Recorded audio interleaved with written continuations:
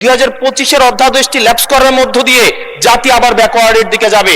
মাননীয় স্পিকার, এই যে আইনটি আজকে যেটি পাশ করানোর কথা বলা হচ্ছে, এটির মধ্য দিয়ে 2009 সালের জাতীয় মানবাধিকার কমিশনের যেই আইনটি সেটিকে রিস্টোর করা হবে।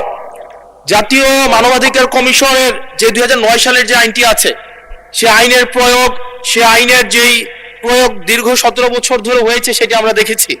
জাতীয় মানবাধিকার কমিশনের নামে বিরোধী দল ও মতকে দমন কমিশন হিসেবে সেটি ব্যবহার করা হয়েছে।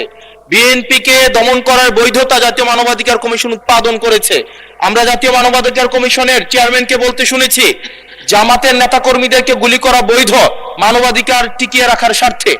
আমরা জাতীয় মানবাধিকার কমিশন 2009-এ যদি চলে যাই, আমরা মাননীয় স্পিকার 2009-এ যদি চলে যায়, আজকে যদি 2025-এর অধ্যাদেশটিকে ল্যাপস করে দেওয়া হয়, এটি এই সংসদের জন্য আমাদের যে আমরা ফরওয়ার্ডিং একটা মুভে ছিলাম, আজকে এই 2025-এর অধ্যাদেশটি ল্যাপস করার মধ্য দিয়ে জাতি আবার ব্যাকওয়ার্ডের দিকে যাবে এবং জাতি পিছিয়ে পড়ার একটা টেক্সট বুক এক্সাম্পল হিসেবে এই সংসদে এটি থাকবে।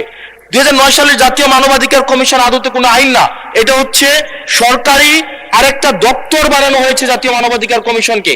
সেখানে স্পিকারের নেতৃত্বে যে সিলেকশন কমিটি করা হয়েছে, সেখানে স্বরাষ্ট্রমন্ত্রী থাকে, সেখানে আইনমন্ত্রী থাকে, সরকার দলীয় একজন এমপি থাকে এবং সেখানে মন্ত্রণালয়ের একজন সচিব থাকেন।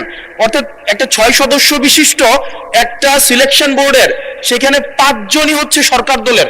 এখন একটা সরকার দলের একটা জাতীয় মানবাধিকার কমিশন, এটা হচ্ছে আমাদের আজকে আমাদের এলজিওডি মন্ত্রীরাই উনি বলেছিলেন জাতীয় মানবাধিকার কমিশন হচ্ছে একটা মূলত বিরোধী দল কমিশন হিসেবে ফাংশন করে। এখন বিরোধী দল দমন কমিশন হিসেবে মাননীয় স্পিকার ফাংশন করে। মাননীয় স্পিকার, জাতীয় মানবাধিকার কমিশন যখন এটা বিরোধী দল মত দমন কমিশন হিসেবে ফাংশন করে, আদত এই কমিশনটা কিন্তু আমরা যদি দেখি মানবাধিকার যেখানে যেখানে ক্ষুণ্ণ হয়েছে এগুলো কিন্তু সরকারি সংশ্লিষ্ট সংস্থা করেছে। সেখানে বিডিআর, র্যাব, তারপর হচ্ছে আপনার বিভিন্ন বাহিনীদের সেখানে কিন্তু সরাসরি সংযুক্ত আমরা দেখেছি, তারা মানবাধিকারকে ক্ষুণ্ণ করেছে।